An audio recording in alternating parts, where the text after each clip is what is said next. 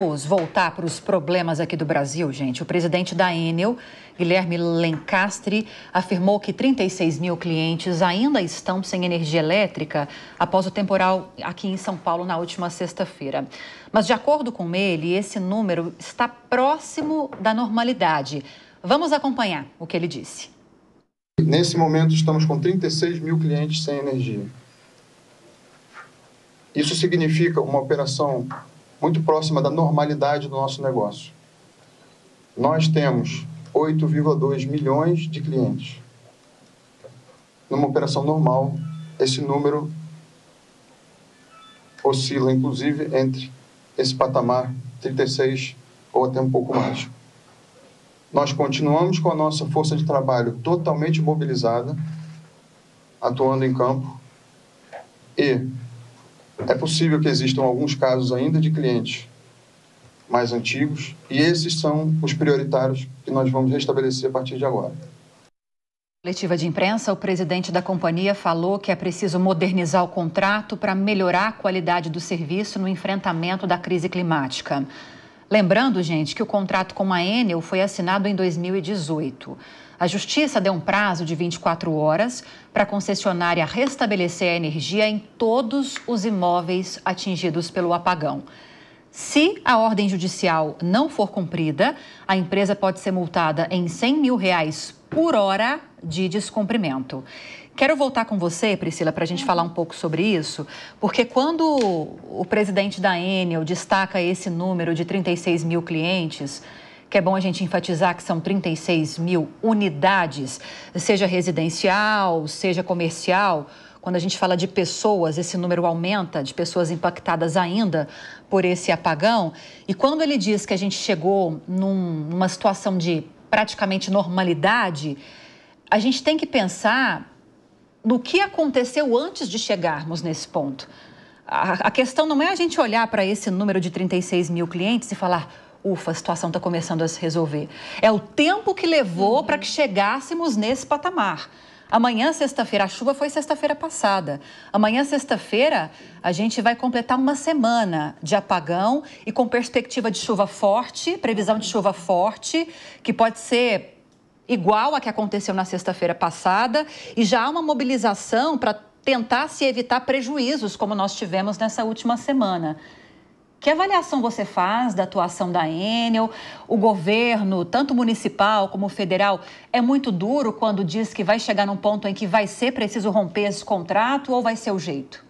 Eu acho que vai ser o jeito, Lívia. Na verdade, já há até rumores, até pelo diretor, né, que ele disse: olha, a gente precisa reavaliar esse contrato, já que ele foi assinado em 2018, mas a gente chega ao absurdo de nos conformarmos que só temos 36 mil pessoas sem luz e elas estão assim há 6 dias. O que a gente visualiza? Que nós não estamos preparados para estes infortúnios. Isso é um absurdo.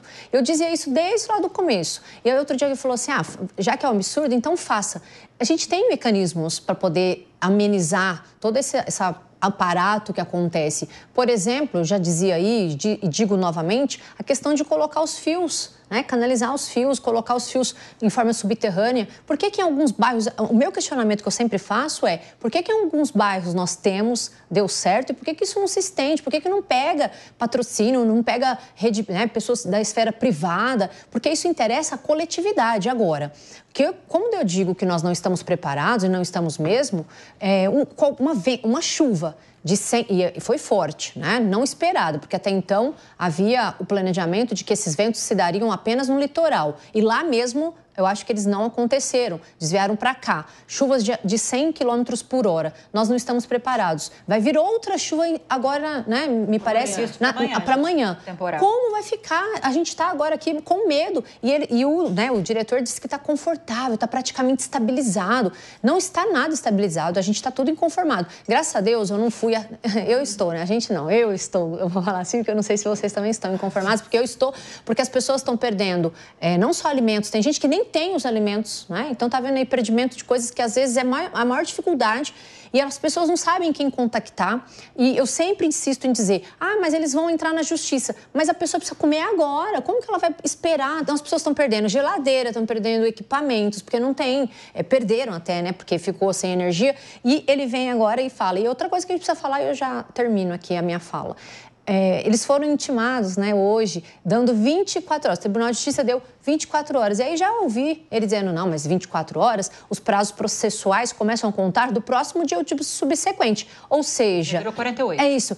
Vai começar a contar amanhã e o meu prazo final é na segunda. Gente, onde nós vamos parar? As pessoas estão há 10 dias sem energia. Lembrando, Lívia, que energia é um serviço essencial, não pode ter interrupção.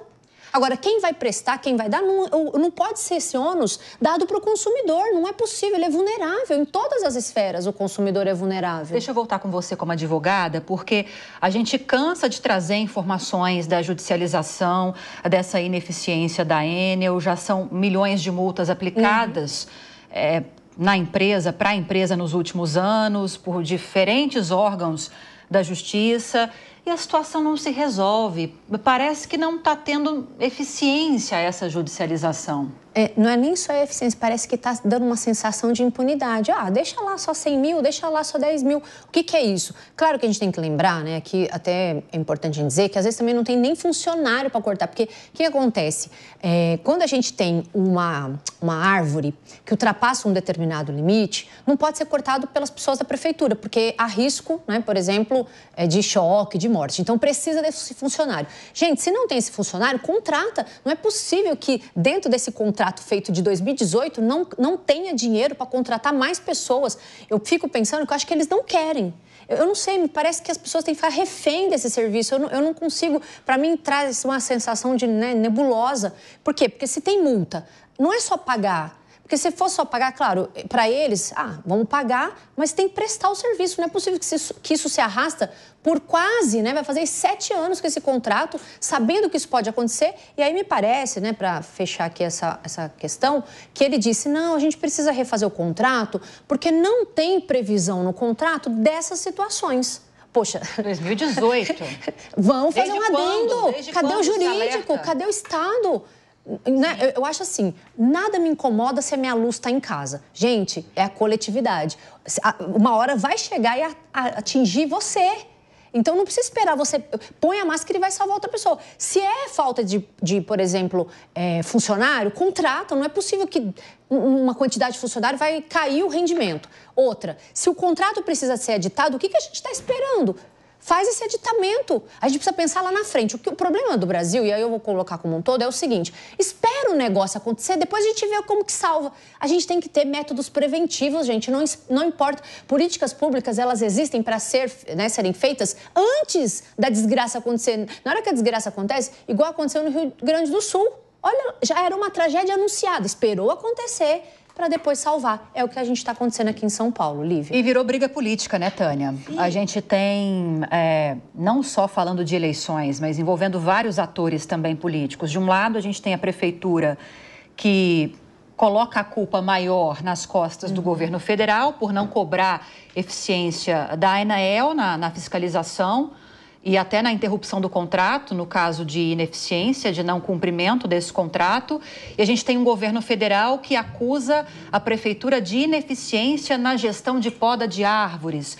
E no meio disso tudo, a população que é vítima e que não vê o resultado efetivamente para colocar fim nesse problema. Exato. Eu até achei curioso que eles evocaram a crise climática para justificar que foram pegos de surpresa. No entanto, as secas já vinham acontecendo há quantas semanas, há quantos meses? E todo mundo falando que a vegetação, as árvores estavam estressadas, secas, né? Todo mundo olha para a própria rua que reside, vê ali, tal árvore não está bem. Mas a gente não via um trabalho exatamente preventivo acontecendo. Então, a crise climática ela foi boa, entre aspas, no sentido de que não choveu, então não teve cortes de luz. Mas aí, a hora que vem uma tempestade mais intensa, aí eles falam, não, mas a crise climática tal. Então, quer dizer, naquilo que foi positivo para eles, de não ter problema, zona de conforto, até devem ter demitido pessoas, viram que não precisavam de tanta gente assim. Aí, na hora que que aconteceu o problema, puxa, vamos ter que recontratar algumas pessoas de urgência, e foram atrás, tudo bem. Mas o que fizeram ao longo de todas essas semanas de seca, de vendo vegetação ali caindo aos pedaços no meio das ruas? E eu sei, assim, particularmente, que é complicado uma pessoa formalizar um pedido de poda de árvore, que até passei por uma situação assim. Foram lá, mexeram na árvore e tal, o fio estava pegando, mas demorou um tempo. E sorte deles que não choveu nesse período. Então, eu fico imaginando quantas pessoas também ficam diante dessa dificuldade de como formalizar, como proceder para pedir um corte de árvore. Quem está habituado com a tecnologia, entra lá no site, consegue achar. Mas se você for telefonar, por exemplo, é bem complicado, que a maioria das pessoas, né, que vão tentar telefonar para tentar colaborar, porque o cidadão também tenta ajudar, ele pensa, né, puxa, se aquela árvore da minha rua cair, eu vou ficar semanas ali sem poder trabalhar, sem luz e tal. Enfim, então, acho que também tem que ser pensado nisso mesmo, da prevenção. Há alguns levantamentos, Ellen, que apontam que para enterrar toda a fiação elétrica aqui em São Paulo ficaria para mais de 200 bilhões de reais. A gente tem hoje cerca de 7% da fiação elétrica aqui em São Paulo já enterrada. E aí eu tenho visto muitos especialistas e eles não chegam no consenso a respeito disso. Alguns dizem o seguinte, é muito caro e é melhor você gastar para você promover mais eficiência, utilizar a inteligência artificial para melhorar a rede que já está instalada, que seja a rede aérea. Outros dizem, não, vamos tentar então gastar um pouco mais de dinheiro para enterrar a fiação em locais estratégicos, ainda que não seja em toda a cidade. Outros dizem que não, é melhor não mexer de forma nenhuma com isso, porque isso vai gerar muito transtorno para a população antes de trazer melhorias, além dos gastos excessivos, gastos que vão voltar para a própria população beneficiada também. De que lado você está nessa discussão? Eu vou fazer o da Atena. Não, mas pode ficar na cadeira. No sentido de dizer, assim, de contar a minha trajetória. Faz 13 anos que eu moro em São Paulo. Eu já devo ter feito umas 13 reportagens sobre enterramento de fios em São Paulo. Eu conversar com você, então. Se eu soubesse, eu tinha Por quê? Porque, gente, a gente está discutindo isso desde que eu moro aqui, pelo menos. Muito antes de 2018, né? Mas, com certeza, isso está sendo discutido, assim, antes de eu chegar também, né? E vai ser mais discutido porque evento climático não é para surpreender ninguém. Evento climático agora é regra, não é exceção, né? Evento climático extremo é regra, não é exceção. E aí, as questões que se levantam quando a gente vai falar com os especialistas, com os envolvidos, para fazer o enterramento dos fios em qualquer cidade, não só em São Paulo, primeiro, o custo. É alto. Quem que vai pagar essa conta? Ninguém quer pagar as contas. As teles não querem pagar a conta, as companhias de energia não querem pagar a conta, a prefeitura não quer pagar a conta, ninguém quer pagar a conta. Número 1. Então tem uma conta cara que ninguém quer pagar. Número 2. Não há consenso, de fato, se isso melhora tanto a qualidade. Por quê? Porque tem uma outra questão. Deu um BO muito grande, o fio está enterrado. Você vai resolver, você vai ter que abrir. A gente tem uma experiência com furar coisas em São Paulo, Sabesp. Qual é o resultado depois que fura? Nunca mais fecha do mesmo jeito, né? Então, assim, essa também não é a solução para tudo. É uma boa aposta, parece uma aposta interessante, mas talvez não seja a solução para tudo. O que seria uma solução no meio termo da história? E essa é urgente, essa é incrível que a gente não está fazendo, que é o manejo correto das árvores. São Paulo é muito mais arborizada hoje do que 50 anos atrás. Tem mais árvores em São Paulo.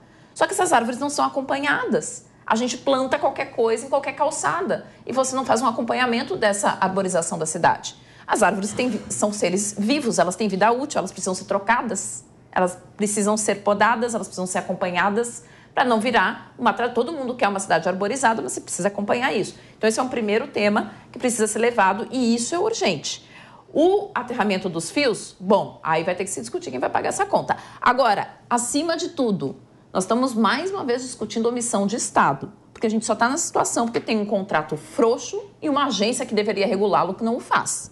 Então, um Estado que foi omisso a fazer um contrato e uma agência que não faz a regulamentação e fiscalização que deveria fazer, porque foi aparelhada há muitos anos atrás. Não foi no governo passado nem no retrasado. Há muitos anos e ninguém desaparelhou. Então, todos estão com o seu na reta nessa briga política, porque a história está assim. O Boulos acusa o Nunes de ser incompetente porque não pode dar árvore. O Nunes diz que quem tem que fiscalizar o contrato com a Enel é a Enel é a agência ANEEL que é do governo federal. E o governo federal diz que a agência ANEEL está com toda a sua diretoria do governo Bolsonaro, que apoia o Nunes.